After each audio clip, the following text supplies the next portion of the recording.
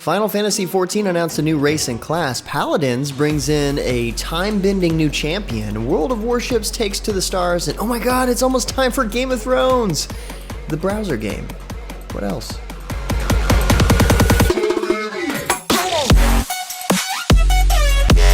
What's up guys, James Blonde here with a weekly recap for gaming news and announcements for the week of March 28th, 2019, and it seems like the news is a little light going into PAX East this week, but either way, starting out the news this week, the Final Fantasy XIV Tokyo Fan Fest happened this past week. Several major announcements were made during the event, including the introduction of a brand new class, the Dancer. The Dancer is a range class that can attack with thrown weapons and use special dances to provide support to their allies. Who would have guessed? Another big announcement is the new race, the Hrothgar. These massive cat-like creatures are muscular, tall, and appear to be male only, complementing the recently announced Viera, who are female only. Two new cities will be located in the new area Norvant, the Crystarium and Ilmor. The former is a big player hub, while the latter is a major setting for the story of Shadowbringers. Pretty cool stuff announced at the event. Check out more details at the site posted at MMOHuts.com. And while you're there, remember this odd, might give you vertigo if you play it in VR game that I mentioned last week called JetX? Well, it seems like MMOHuts partnered with Singularity Lab to give away Steam codes for the game. There are only a few codes, so you'll have to try and win one. Check it out through the link in the description. Could be a trap, just saying. Winners will be drawn on Monday, the 1st of April. Also on April Fool's Day, Wargaming is going intergalactic on April 1st with Space, Warships, Intergalactic Games, and World of Warships.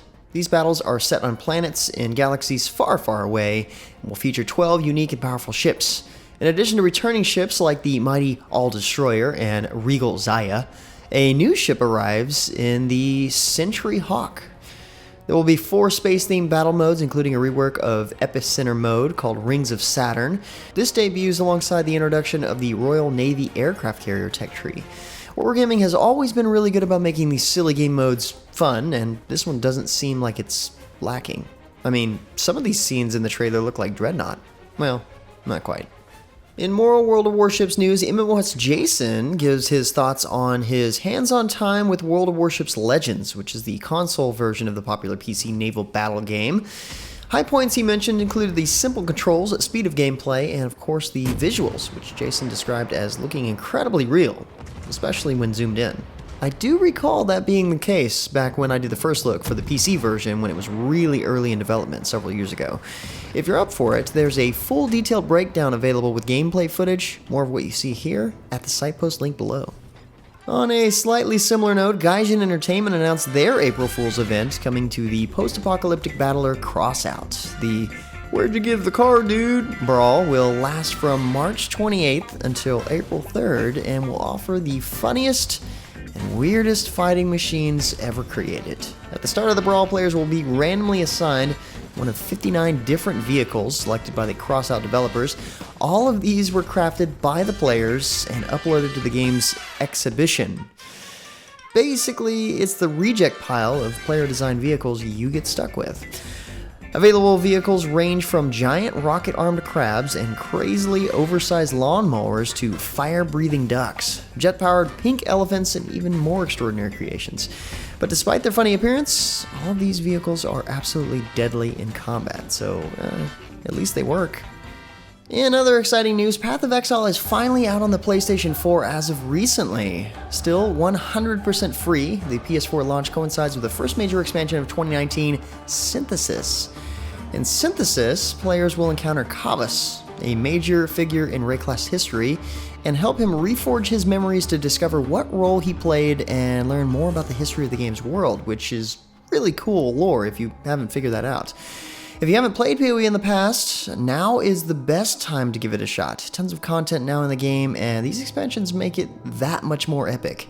This recent update also includes new gems, items, and a complete rebalance of spells throughout the entire game.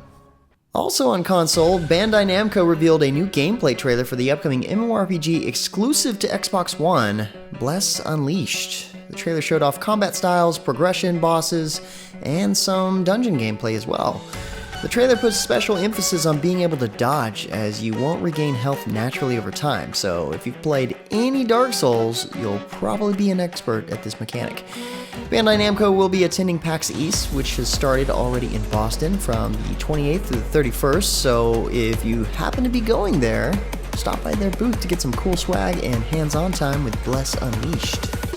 Moving on, in a recent live stream, Hearthstone began revealing cards that are on the way in the new Rise of Shadows expansion. 12 new cards were shown off, which can be seen in the embedded stream on MMOHuts.com. These include 2 legendary villains, Blastmaster Boom and Heist Baron Togwaggle. What a name. As well as the legendary defender of Dalaran, Khadgar. Khadgar, one of the more interesting cards shown, will cause cards that summon minions when played to summon double the number of minions they would normally summon. It's amazing they're able to introduce cards like this that don't break the fairness of the game. But then again, nobody said it was fair. Yuzu Games' Game of Thrones browser game, Game of Thrones Winter is Coming, officially launched worldwide this week, gearing up fans for the final season coming in April. This RTS game will allow players to train an army of faithful followers from a pool of iconic characters and build meaningful alliances with them. You'll be able to recruit friends to help you on the field of battle and see pivotal moments from the Game of Thrones storyline play out before your eyes. Hidden stories can also be unlocked in PvE missions, such as battle progressions that pit players against hordes of roaming bandits. As you can tell, the CGI trailer, which is all we have for now, not even a screenshot otherwise, is pretty legit. I do, however, agree with the top comment on the YouTube video. This trailer is too good for its own game. Next up, Evil Mojo Games has continued their story campaign with the latest update of Paladins, Future's End. This update brings with it Atlas, the man out of time. Atlas can use crystal magic on the battlefield, letting him create walls that slow down enemy projectiles and remove foes from reality entirely with his ultimate, so he's kind of Thanos. His gun arm is a one-of-a-kind weapon that also has 4 styles of shooting depending on the charge time, which is really cool. You'll also have access to the BattleBite Battle Pass, which has retro-themed 8-bit cosmetics for you to unlock, including skins for Fernando and Inara. MMOHuts Jason also has a full review complete with video over at the site. Check it out when you can. And finally, for a last bit of news, QC Games released a new patch to Breach recently, 0.2 Shadowmaster, which brings the titular Veil Demon class to life. Shadowmaster players can clone their enemy and utilize deployable buff stations to enhance their possessed minions. They can also choose how they use these clones, either offensive or defensive. This is a whole new way to play Veil Demons, creating significant problems for the heroes. Also in this update is the challenge system. This lets players unlock in-game rewards for each class as they level it up to 30. Each class will have ability unlocks, gems, and talents specific to that class. And these are just a few of the newest updates to the latest gameplay patch for Breach. Now, before we sign off, I've got to mention with tons of hype that this year's PAX East is already amazing because GearBox announced Borderlands 3. The teaser trailer alone gave me goosebumps, and I actually had to pause the gameplay trailer a few times so I didn't hyperventilate. Needless to say, I'm super excited about this, and I just had to share it with you guys so I could do the honors of putting the trailer in my weekly recap. Worth it. Anyway, guys, that's about it for all the major news and announcements for this week. For more information on the news topics, check the links in the description below. Feel free to discuss the news or even more news in the comments below. And don't forget to like, subscribe, and share this video. But until next time, guys, that's going to be it for me. I'm James Blonde. See you out there, gamers.